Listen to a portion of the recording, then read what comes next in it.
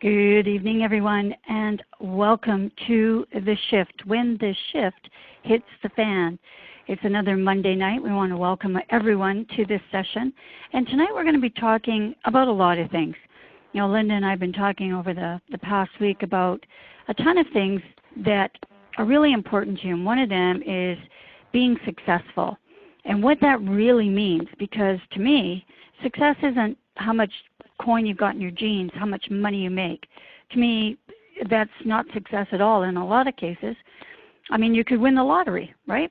And you'd have lots of money, but does that really mean that you were successful at anything other than perhaps, you know, picking some lucky numbers? No. So tonight we're going to talk about what it means to be successful in your life that will allow you to be successful in your business. You see, this happens a lot of times, that we are not really successful in our lives. We don't know how to create good relationships. We don't know how to interact with people. We don't have good communication skills.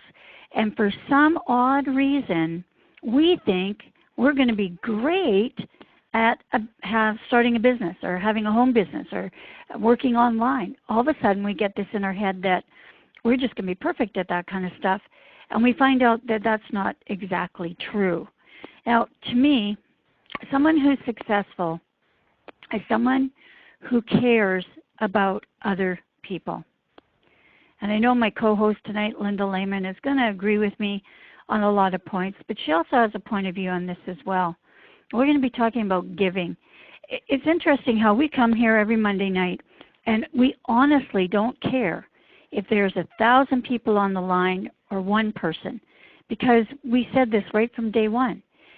If one person comes here and they're helped by anything that we say, then it was a good day.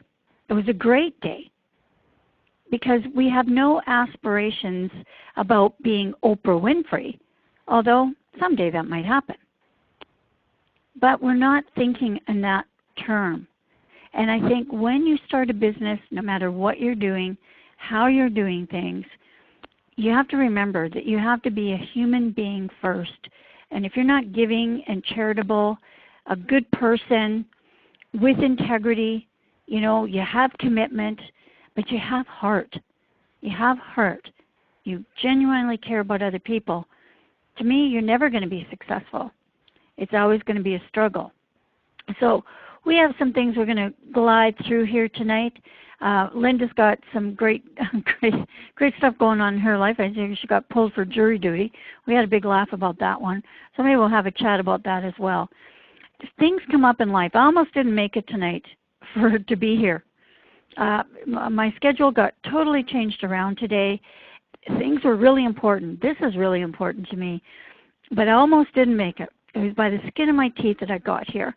And it was funny because I was right in the middle of a sentence with some other people that I'm doing business with, and I just put a big brakes on. I said, you know what? I have to go. I have something really important that I've got to do. It's going to take me a half an hour to get home, and I'm sorry, to be continued. And they kind of looked at me, and I said, no, it's really important or I wouldn't be leaving this meeting. I needed to be here. I needed to be here because I thought about that, and I thought if I'm late, or if we reschedule or we cancel, somebody out there might have needed us tonight, and I would have let them down. So I can do business any day of the week. Those people aren't going to go anywhere. But maybe you need me, and maybe that's where I'm supposed to be. So I made a choice, and we're always going to be doing that. Each and every one of us are going to be making choices in our lives. What's important and what can wait? And you better figure it out, because you are never going to be successful as a human being. You're never going to be successful in business unless and until you do figure these things out. Linda, what say you? Oh, that was beautiful, Mark. I agree wholeheartedly. So many people do try to be successful in business or climb a corporate ladder without taking care of themselves first, without being genuine and being successful first. And the interesting thing is, no matter what you're being or who you're being on the inside, it's going to reflect in the rest of your life. It's it's like some people, I guess, in the old cliche that we both heard growing up, money is the root of all evil. Well, it's not the money that makes people evil. It's not the money that makes people good. The money will just enhance what's already there. So if you have these dishonest or evil tendencies and say you win the lottery, then chances are you're still going to do a lot of dishonest things with that money. The same token, if your concern or your focus is doing what you can for your fellow human being, and you come into money, it's not going to change you into a bad human being. You're still going to be that kind and loving and considerate human being that you've always been. Now, it's funny that you mentioned the jury duty, because I did appear. I did my civic duty, because I got the letter in the mail that summoned me to appear today. And there's a lot of things going on in my life, and there's a lot of things going on in other people's lives as well. And I am more than happy to serve. As a matter of fact, a little over a year ago, I actually served as a juror in a civil trial. So I'm happy to do it. It is my duty. This is my community, and I'm happy to do so. But there's just so much going on right now. If I have appointments up in Birmingham and some big things going on in my business, and I was just thinking to myself, I really would like to be excused this time. I didn't know how that was going to happen. I just knew that I was going to go. I was going to show up today, and I just knew that I was going to be excused. They weren't going to pick me, whatever that turned out to be. And so I got to the courthouse, and I walked in the door, and the security guards were there, and they said, well, "Are you here for jury duty?" And I said, "Yes, I am." And they said, "We just were told it's been canceled. You can go home." No trial today. No trial today. No selection. They were sending everybody home, and I looked at them and I just said yes. But I was just thinking, there's a gentleman by the name of Golden Rule Jones, and he said, "What I want for myself, I want for everyone." And so I'm sitting there thinking, wow, I put the intention out there. I didn't try to force anything or make anything happen. My intention was to be excused. So what I wanted for myself, I wanted for everyone. So yay, all 200 and something people got excused. They got sent back home again. Isn't that awesome? Yeah. Look what you did, manifesting things again.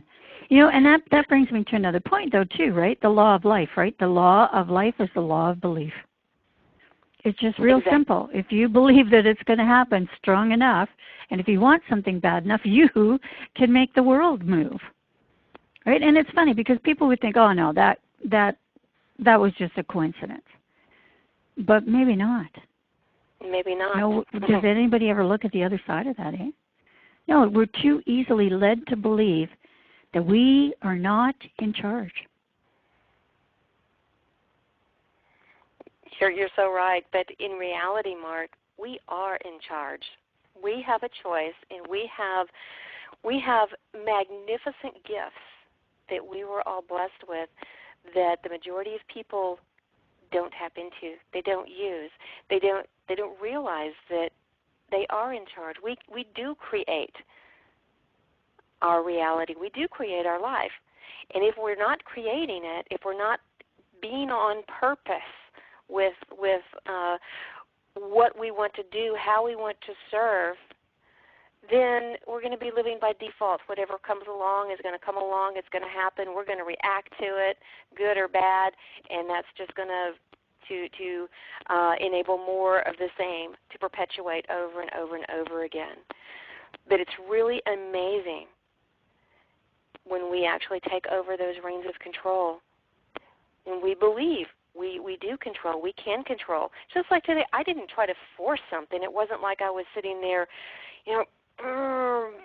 forcing myself to visualize this thing, and they're gonna excuse me, and this is how they're gonna do it. And again, I didn't force the how either. I didn't know how it was gonna happen. I just knew it was gonna happen, and it did. And it did. That's the thing. And it's interesting too.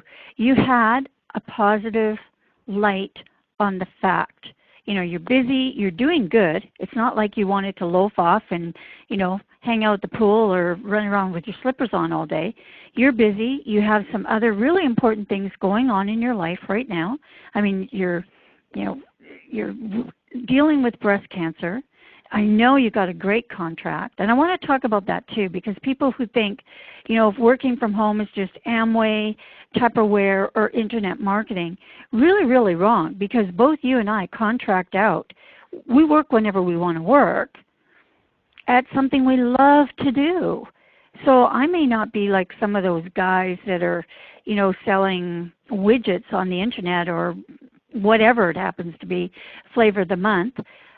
I have a solid business on the internet, but that isn't my life. And for some people, it's interesting because it's turned into their lives. Like it's almost like they have nothing other than that life, but they proclaim to be free. Kind of strange to me, Linda. Yeah, it is to me too. And you're so right. I mean, I love what I do, and it's just like days like today. I'm so grateful that I was excused, released from jury duty, because I got back to my home office and I was moving and shaking and answering questions and getting things lined up for the rest of this week where I'll be traveling, and it was just amazing. But you're right. This piece, this everything that I've been doing over the last, I would say, week and a half. Has been for this this client, as you said, this contract, this big thing I'm working on. I really can't go into detail because there's some things about it that's still kind of hush hush. But it's what I do. It's what I love to do, and I'm being paid by a corporation to do this.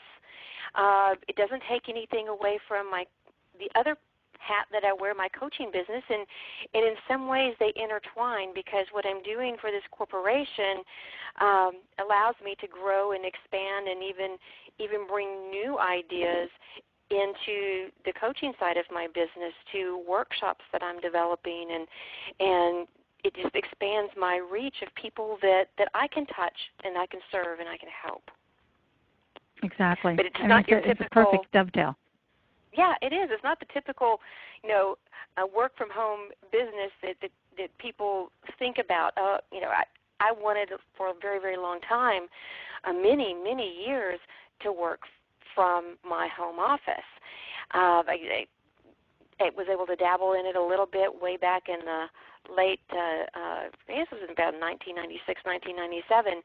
But then I went back into corporate, go to the brick and mortar. But for the last almost 7.5 years, I've truly had a home office, corporate as well as my own side of things, doing my coaching and developing my workshops, and it's awesome. It's wonderful, and I wouldn't trade it for the world.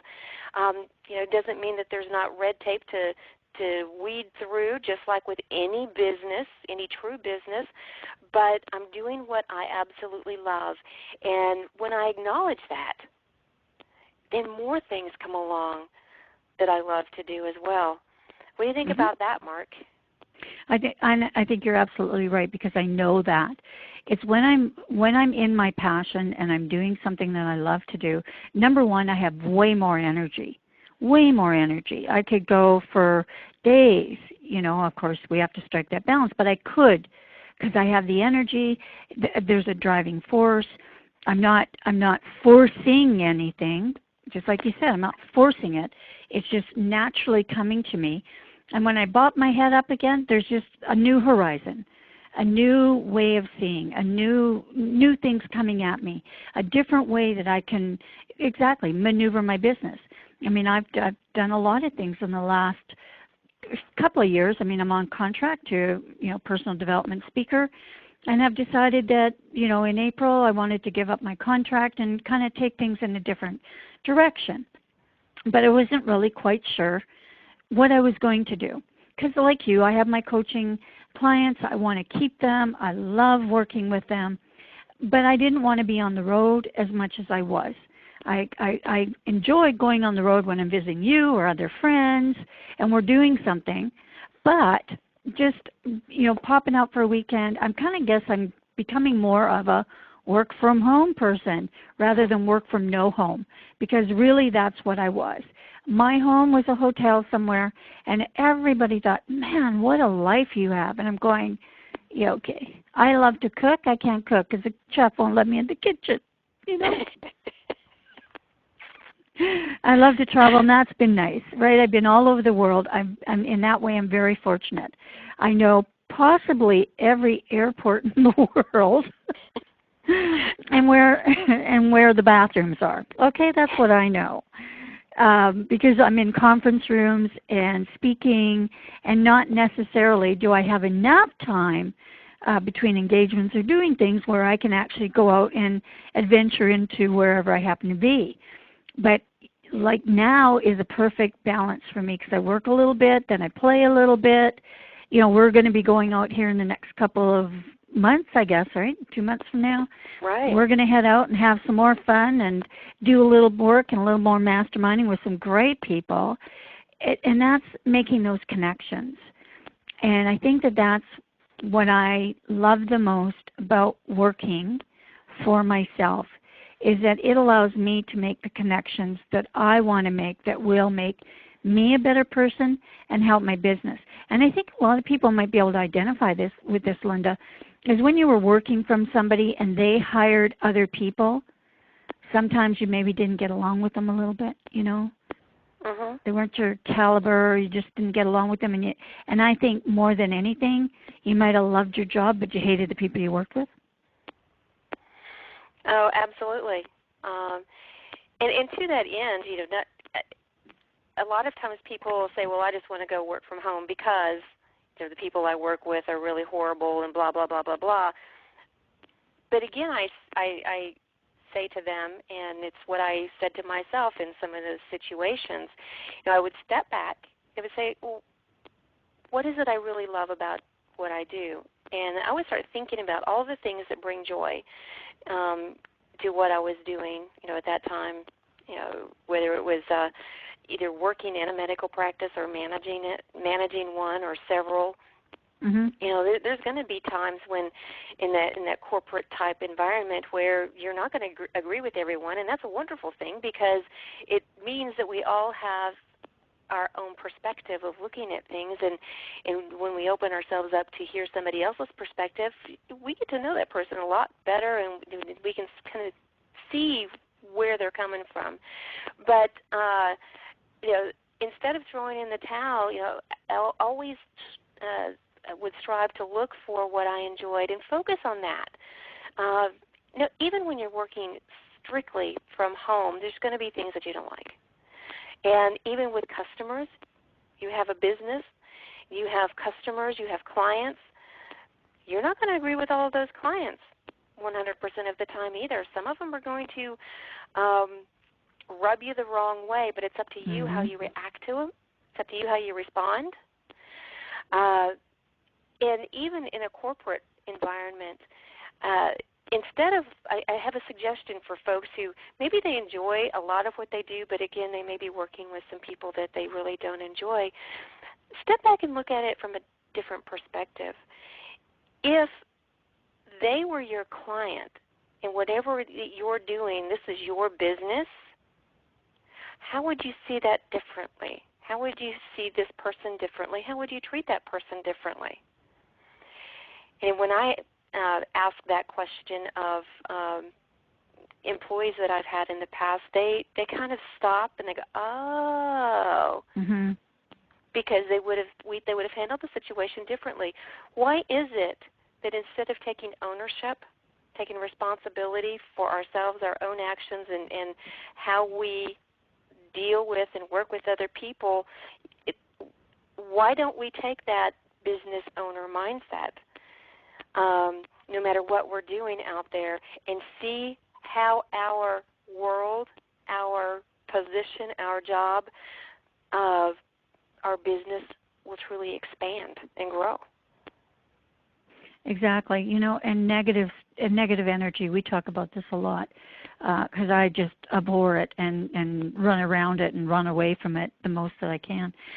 But I think that that's something, too, that when we're in business, particularly people, like I'm going to talk to people who may be just starting off right now because I think this is really important. We have a vision of what working for ourselves might be. And just like you said, Linda, it's not as easy as it all looks. Like, I won't have to deal with those people. Man, you have to deal with a whole lot of more people with more demographics.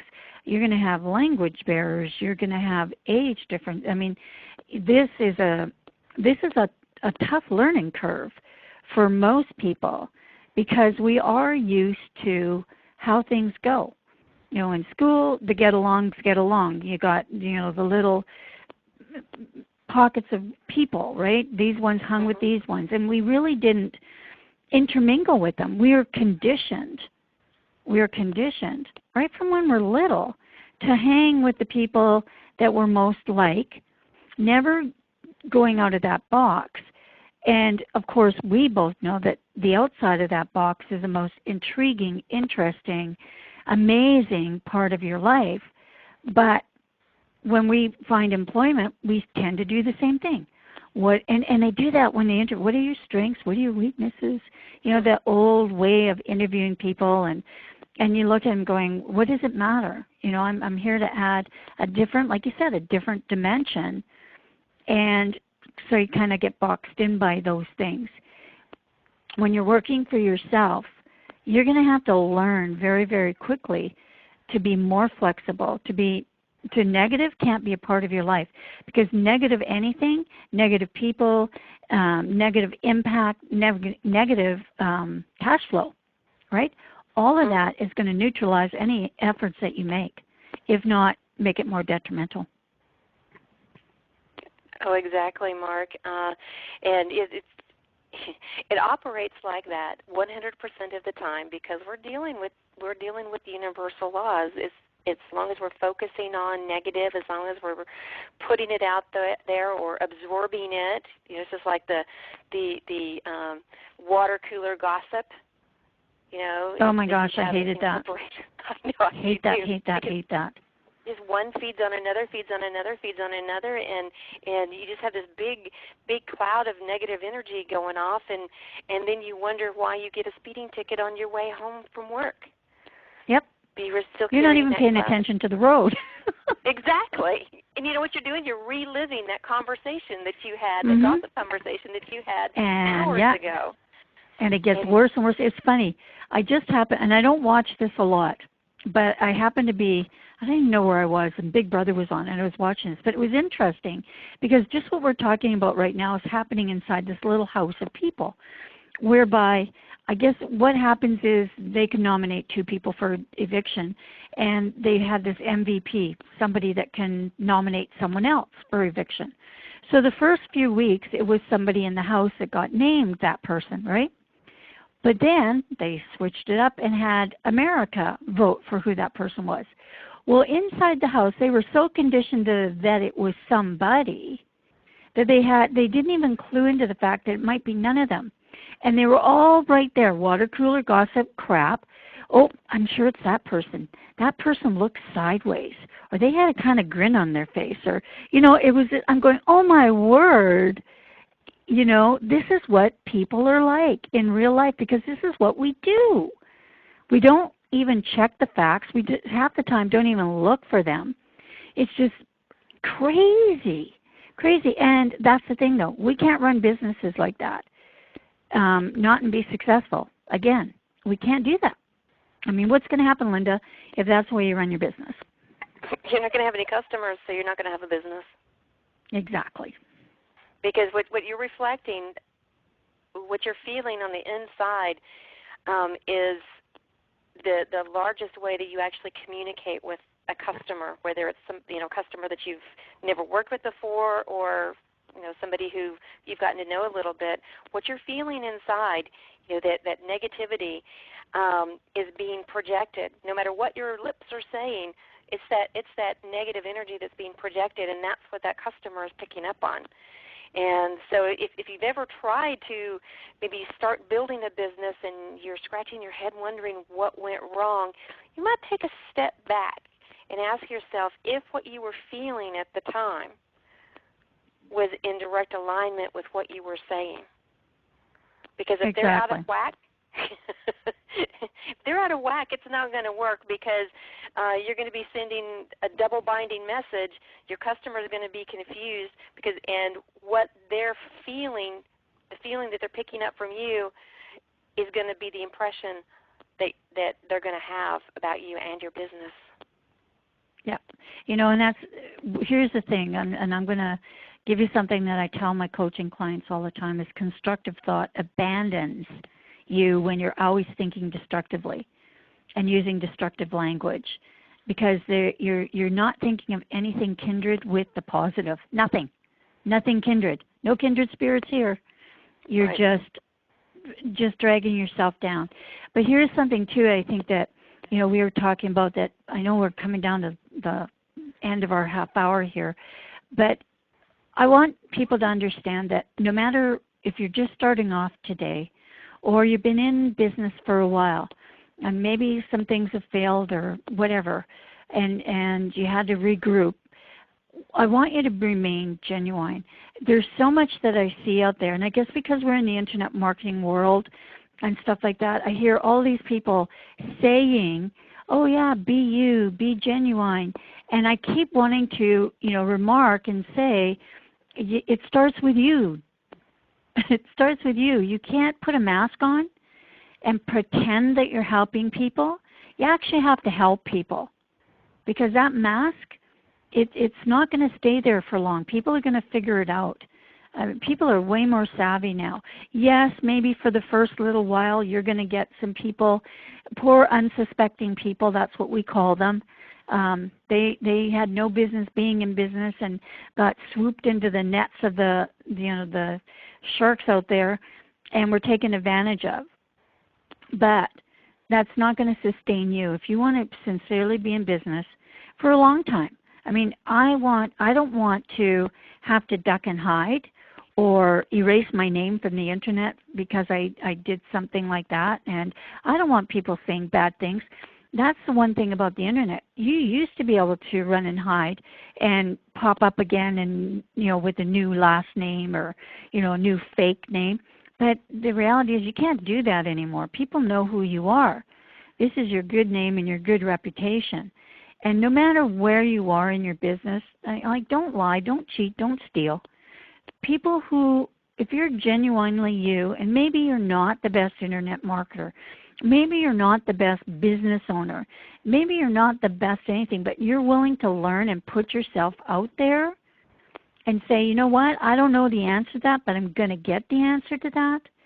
People will respect you more than that fake person and I see a lot of fakes out there now, and it just, makes me cringe. I just going, okay, don't even go on anywhere. Don't look at anything, because I don't want to get drawn into that darkness and that deceit, and I feel so bad for all of those people that are giving up their hard-earned money to charlatans. It just makes me crazy. Mhm. No, I agree with you, Mark. And being genuine means truly caring about your fellow human being. We are all connected, and what we see in others, the good or the bad, is a direct reflection of something we see in ourselves. So it really is important for us to be genuine. We are all here on this beautiful planet to serve each other, however that looks. And, I know that you're this way, Mark. I'm this way. I'm here to help as many people as I possibly can to improve themselves, improve their lives in whatever piece of their life that they want to work on. And as long as I can do that, as you said, whether there's 1,000 people on this call or one person and we were able to help one person, then I am thrilled. I'm tickled, because that's what I'm here to do. We both have our coaching our coaching pieces of our business. But I think that even if somebody were to just tune in to these shows, I mean, we're doing this because we want to. It's not so we can get something or gain something. We're truly, genuinely wanting to put this information out there in people's hands because we know it's helped us. We know it will help others. And that is truly what we're here to do, Mark. You know, I don't wear a mask, and I'm the first to stand up and say when I don't know how to do something or I'm confused about something, but I'm also there to say, you know, this is an interesting idea. Let's explore it together. Let's figure it out. And we're all better off for it. So being genuine is so incredibly important. And if you're not, as Mark said earlier, the mask that you are wearing will come off at one point. And I don't know about you, Mark, but I'd rather say, oops, you know, lesson learned, I need to figure this out, rather than saying, oops, I'm sorry, I took advantage of you. Exactly. Because I mean, if you took advantage of anybody in the first place, who's going to stop to say, oops, I'm sorry I did that, right? Yeah, it's just not going to happen. So what I want everybody to do out there, we're at the bottom of our half an hour, and we're thinking that in the future we may even expand this into an hour because we've gotten so many people writing in and asking us about things. And you know what? This is just me and Linda. We're just talking to you. We've gone through a lot of shift in our lives, and we've dealt with it. And we've come out, and I can speak for myself, and I know I can speak for Linda too. We have amazing lives. I'm thrilled to get up every morning and go, wow, man, what have I got happening today? I've never experienced, you know, except for small little pockets in my life, experienced darkness that I couldn't find my way out of. I'm here. There's been a lot of shift in my life, and I've gone through it, and it's made my life more valuable to me. And I always leave the last word to Linda. So, Linda, what say you? Well, what I say is for each and every listener to look in the mirror and say to yourself, I have everything that I need to make my life a beautiful masterpiece, and I'm going to do it. Well, I think that was amazing words. And I bid you all good evening. Good night, Linda. Good night, Mark.